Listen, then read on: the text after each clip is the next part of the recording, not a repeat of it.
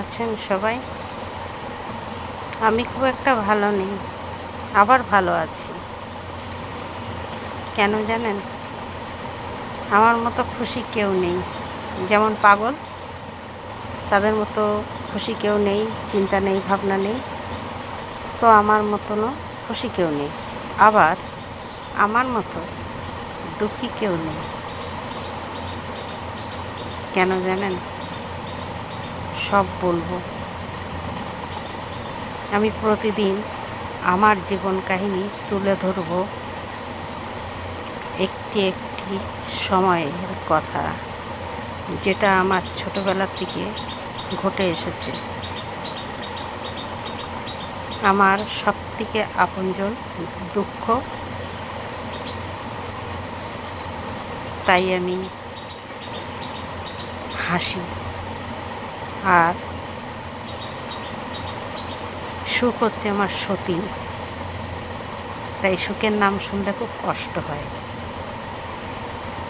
বুঝলেন? কাল থেকে আমি আমার জীবন কাহিনী একটা একটা করে তুলে ধরব। এছাড়া আমার ভিডিও করার মতন আর কোনো রাস্তা নেই, কারণ এখন বর্ষাকাল, না রান্নাবাটি খেলা যাবে বাচ্চাদের নিয়ে, না আনন্দ উপভোগ করতে পারবো। আর লোড করা ভিডিও তো ছাড়তেই পারবো না, তাহলেই তো কপিরাইট পড়ে যাবে। আর আমি কোথাও ঘুরতে বেরোই না, আজ পর্যন্ত কোথাও যাইনি। শুধু ঘর, সংসার, ছেলে মেয়ে, পরিবার। আমার কোনো আত্মীয় স্বজন কেউ নেই যে তাদের বাড়ি দুদিন দিয়ে থাকবো। মা বাবাও নেই, তানারা তো চলেই গেছেন। পড়ে রয়েছি আমি। আমার জীবনে সমস্ত কথাগুলো তুলে ধরব।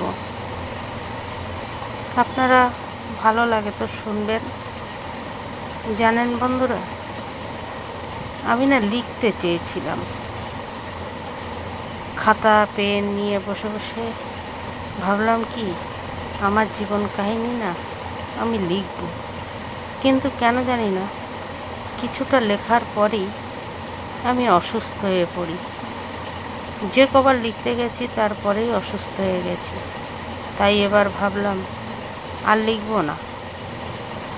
একটি চ্যানেল যখন আমার খোলা আছে, তো তার মাধ্যমেই, কেননা আমি বন্ধুদের কাছে আমার কষ্টের কথাগুলো শেয়ার করি।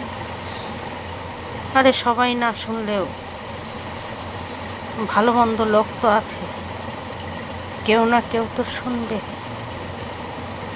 আমি পাড়ায় কারোর সঙ্গে বলি না নিজের কষ্টের কথা। কেন জানেন? হাসবে লোক, তাই। তো এখন এই পর্যন্তই থাক। কাল থেকে শুরু করব আমার ছোটবেলার ফেলে আসা দিনগুলো।